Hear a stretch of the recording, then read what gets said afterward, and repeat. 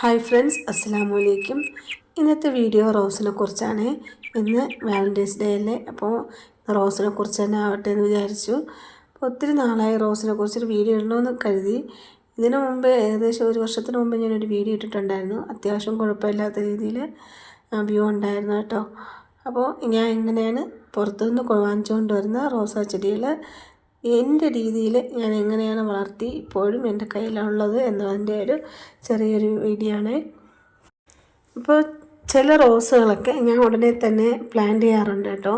നമ്മുടെ അന്തരീക്ഷവുമായിട്ട് പൊരുത്തപ്പെട്ട് വരുന്ന രീതിയിൽ അങ്ങനെ കുറച്ചൊക്കെ പ്ലാന്റ്സുകൾ മാത്രമേ അങ്ങനെ വെക്കാറുള്ളൂ. റോസൊക്കെ ഞാൻ ഉടനെ തന്നെ പ്ലാന്റ് ചെയ്യും. കാരണം അതിലുള്ള മണ്ണ് ശരിയല്ല. നഴ്സറിയിൽ നിന്ന് വരുന്ന മണ്ണ് ഒരുമാതിരി ചെളിക്കട്ട പോലെയാണ്. അപ്പോൾ അതിന് വേര് വളരാനുള്ള ഒരു സാവകാശമോ സ്ഥലമോ അതിനുണ്ടാവില്ല. അതുകൊണ്ട് ഞാൻ റോസ് എത്രയും പെട്ടെന്ന് തന്നെ ഞാൻ റീപോർട്ട് ചെയ്യാറാണ് പതിവ്. ഇതിപ്പോൾ എൻ്റെ എനിക്ക് വാലൻറ്റൈൻസ് ഡേക്ക് തലേ ദിവസം വാങ്ങി തന്നതാണ് ഈ റോസ്. അപ്പോൾ ഇതെങ്ങനെയാണ് ഞാൻ പ്ലാന്റ് ചെയ്യുന്നത് എന്നുള്ളത് കാണിച്ചു തരാം. അപ്പോൾ ഇത് ഞാൻ ഒരു മഗ്ഗോളം വേപ്പിൻ പിണ്ണാക്ക് എടുത്തിട്ടുണ്ട്.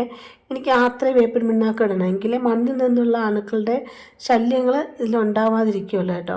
പിന്നെ ഇത് ഉണക്ക ചാണകമാണ്, ഫുൾ ഉണക്ക ചാണകം, നല്ല ചാണകമാണ് കേട്ടോ. അപ്പോൾ അതാണ് ഞാൻ എല്ലാ വെജിറ്റബിൾസിനും ഫ്രൂട്ട്സിനും എല്ലാത്തിനും ഇടുന്നത് കേട്ടോ. അത് കമ്പോസ്റ്റും മണലും കൂടെ മിക്സ് ആയിട്ടുള്ളത് അങ്ങറ്റിരിക്കുന്ന ചകിരിച്ചോറ്.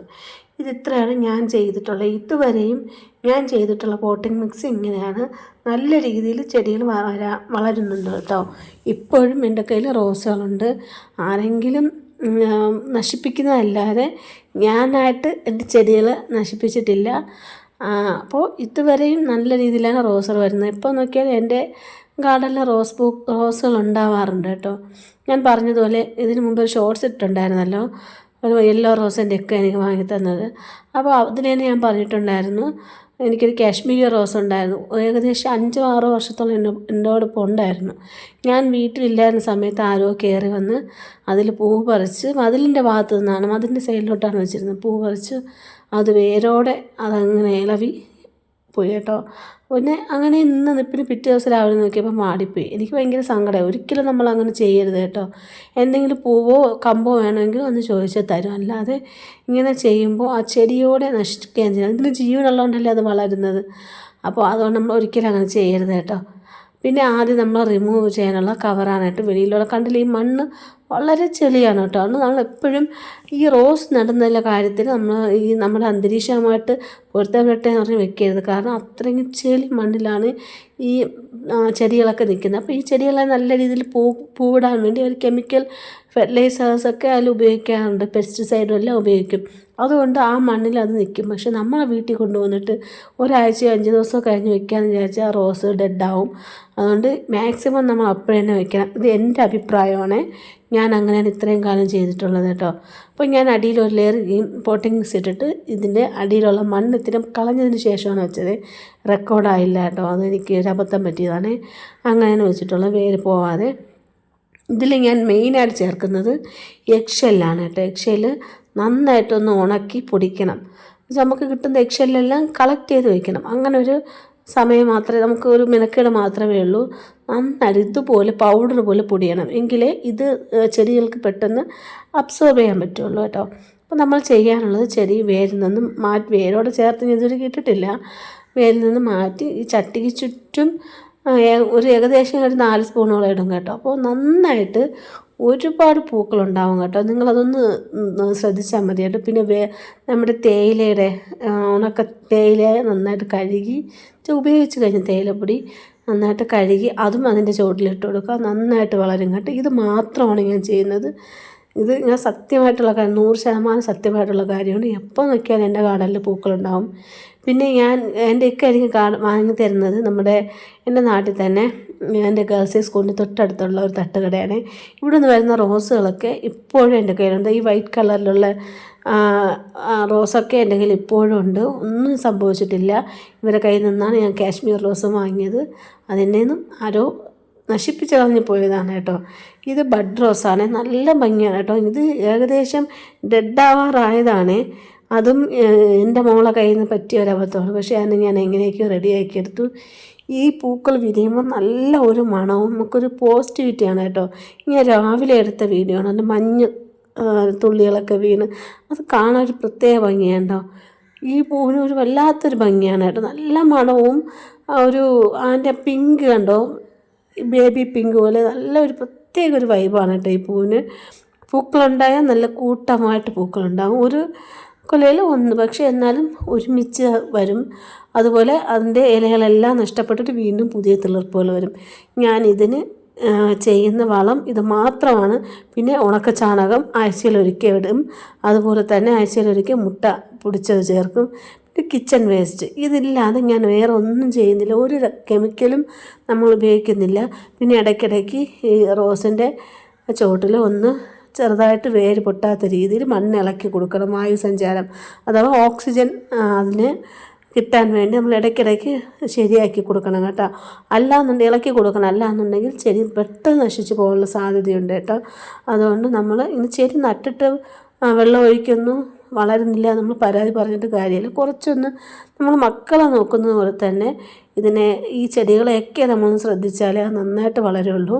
അല്ലാതെ നമ്മൾ കൊണ്ടുവന്ന് വെച്ചിട്ട് തിരിഞ്ഞു നോക്കാതെ അതിനെ വെള്ളം ഒഴിക്കാതിരുന്നിട്ട് വന്നില്ല എന്ന് പറഞ്ഞിട്ട് കാര്യമില്ല. ചെടികൾ എപ്പോഴും നമ്മൾ അതിൻ്റേതായ രീതിയിൽ അതിനെ നോക്കിയാൽ നന്നായിട്ട് വളരും. അതിന് ഉദാഹരണമാണ് കേട്ടോ. അതുകൊണ്ട് ഇത്തിരി എന്തുമാത്രം മുട്ടുകളാണ് ഉണ്ടാകുന്നത്. പക്ഷേ ഇതിൽ മെയിനായിട്ടുള്ള കാര്യം സൂര്യപ്രകാശവും വേണം. അതുപോലെ തന്നെ നമ്മൾ ഇട്ട് കൊടുക്കുന്ന വളം, ഈ കെമിക്കലും രാസവളങ്ങളും കൂടെ ഒരുമിച്ച് മിക്സ് ചെയ്തിടരുത്, ചെടി കരിഞ്ഞു പോവും. അത് ഉറപ്പാണ്. ഞാൻ ഇതുവരെയും കെമിക്കലായിട്ടുള്ളത് ഉപയോഗിച്ചിട്ടില്ല. എനിക്ക് ശ്വാസം മുട്ടിന് ചെറിയ പ്രശ്നമുണ്ട്. അതുകൊണ്ടാണ് എൻ്റെ ഈ സൗണ്ട് ഇങ്ങനെ ഇരിക്കും, ടോൺസിലൈറ്റീസിൻ്റെയൊക്കെ. അപ്പോൾ അതുകൊണ്ട് എനിക്ക് ഈ ഇതുപോലെ രാസവളങ്ങൾ ഉപയോഗിക്കുന്നത് ഇഷ്ടമില്ല. പണ്ട് മുതൽക്കേ എൻ്റെ വളം ഇതൊക്കെ തന്നെയാണ് ഞാൻ ഉപയോഗിക്കുന്നത്, ജൈവവളങ്ങൾ. അങ്ങനെ ഉപയോഗിച്ച് പൂക്കൾ വന്നതിന് ശേഷം അതിൻ്റെ രണ്ടില ഭാഗം താഴെ വെച്ച് മുറിച്ച് വിട്ട് കഴിഞ്ഞാൽ അതിൽ നിന്നും തിളർപ്പുകളുണ്ടാവും. ഈ കരിഞ്ഞ പൂക്കളൊക്കെ അതിൻ്റെ ചുവട്ടിൽ തന്നെയാണ് ഞാൻ അങ്ങ് ഇട്ട് കൊടുക്കും. മോൾക്ക് വല്ലപ്പോൾ ഒരിക്കൽ ഒരു പൂ കൊടുക്കും. എനിക്ക് ഈ പൂ പറിക്കുന്നത് ഇഷ്ടമില്ല കേട്ടോ. ചെടിയിൽ തന്നെ നിന്ന് അതിൻ്റെ ഭംഗി ആസ്വദിക്കണം എന്നുള്ളതാണ് എനിക്കിഷ്ടം. സ്വാർത്ഥയാണെന്ന് വിചാരിക്കരുത്. പൂക്കൾ അതിൽ നിൽക്കുന്നത് കാണാനാണ് ഭംഗി കേട്ടോ. അല്ലാതെ എനിക്ക് പറിച്ച് വയ്ക്കുന്ന ഇഷ്ടമല്ല. അങ്ങനെ ഇഷ്ടമുള്ളത് രണ്ട് പൂവാണ്, പിച്ചിയും മുല്ലയും. അത് നമുക്ക് തലയിൽ യഥേഷ്ടം വയ്ക്കാം. പക്ഷേ ഈ പൂക്കൾ, റോസാപ്പൂ അതുപോലെയുള്ള മറ്റ് പൂക്കളൊക്കെ ഈ തലയിൽ പറിച്ച് വയ്ക്കുന്നതിനോട് എനിക്ക് ഒട്ടും താല്പര്യമില്ല. കണ്ടില്ല, ഇതിങ്ങനെ നിൽക്കുന്നത് കാണാൻ തന്നെ എന്ത് ഭംഗിയാണെന്ന്. അപ്പോൾ ഇനി 2-3 റോസുകളുണ്ട് കേട്ടോ. അതൊക്കെ നല്ല രീതിയിൽ തളർപ്പ് വന്ന് തുടങ്ങുന്നതേ ഉള്ളൂ. അത് പൂവിടുമ്പോൾ ഞാൻ ഷോർട്സ് ആയിട്ടിടാം. അപ്പോൾ എല്ലാ കൂട്ടുകാരും ഇതുപോലെ കുറച്ചൊക്കെ പൂക്കൾ വെട്ടി വെക്കണം കേട്ടോ. ഇതിൻ്റെ മണം നിങ്ങൾ ശ്രദ്ധിച്ചിട്ടുണ്ടോ? ഭയങ്കര മണമാണ് കേട്ടോ. ഇതാണ് നമ്മുടെ ഇത് എലിസബത്ത് റോസാണ് കേട്ടോ. അപ്പോൾ ഇതിൻ്റെ ഷോർട്സ് ഞാൻ 2-3 ഷോർട്സ് ഇട്ടിട്ടുണ്ട്. ഒരു ലോങ് വീഡിയോയിൽ ഞാൻ പറഞ്ഞിട്ടുണ്ട് കേട്ടോ. ഇതെൻ്റെ കടയിൽ നിൽക്കുന്ന ഒരു സ്റ്റാഫ് കൊണ്ട് തന്നതാണ് കേട്ടോ. അപ്പോൾ അതൊരു ചെറിയൊരു കമ്പായിരുന്നു, വളരെ ചെറിയൊരു കമ്പ്. ഞാൻ ഇതുപോലെ നല്ല വളങ്ങളൊക്കെ ചേർത്ത് വളർത്തി അതിനെ പരിപാലിച്ച് ഇതുവരെ കൊണ്ടുവന്നതാ. ഇങ്ങനെ ഒരു ചെറിയൊരു പൂമരം പോലെ, ഒരു റോസാ മരം പോലെ അതായിട്ടുണ്ട് കേട്ടോ. അപ്പോൾ നിങ്ങളും ഇതുപോലെ വളർത്തുമ്പോൾ ഈ നമ്മൾ കൊച്ചു മക്കളെ നോക്കുന്ന പോലെ നോക്കണം. കണ്ടില്ലേ, ഈ ചട്ടിയുടെ താഴെ നമ്മളെപ്പോഴും ഈ കളകൾ വളരാൻ സമ്മതിക്കരുതെങ്കിൽ അതിൻ്റെ വളങ്ങളെല്ലാം ഈ കളകളെടുത്ത് വളരും. അതുകൊണ്ട് ആ പാഴ്ചെടികളെല്ലാം ഉടനെ കൈയോടെ വൃത്തിയാക്കി അതിനെ വളർത്തണം. വെള്ളം ഞാൻ വൈകുന്നേരങ്ങളിൽ, രാവിലെയാണ് കൂടുതൽ ഒഴിക്കുന്നത്. വൈകുന്നേരങ്ങളിൽ ഇലകളിൽ ഒഴിക്കാറില്ല. ചുവട്ടിൽ കുറച്ച് ഒഴിക്കാവും. ഇലകളിൽ ഒഴിക്കുകയാണെങ്കിൽ മഞ്ഞളിപ്പുണ്ടാവും, ഇല പെട്ടെന്ന് കൊഴിഞ്ഞ് റോസിന് ചെറിയ കേടുണ്ടാവാൻ സാധ്യതയുണ്ട്. അപ്പോൾ എല്ലാ കൂട്ടുകാരും ഒന്ന് റോസൊക്കെ വളർത്തണം കേട്ടോ.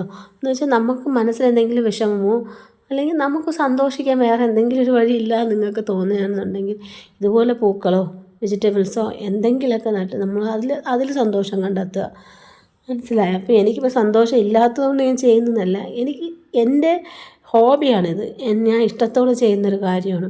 അതുപോലെ നിങ്ങളും ഇങ്ങനെയൊക്കെ ചെയ്യാം കേട്ടോ. അപ്പോൾ എല്ലാവർക്കും happy Valentine's day. Thank you.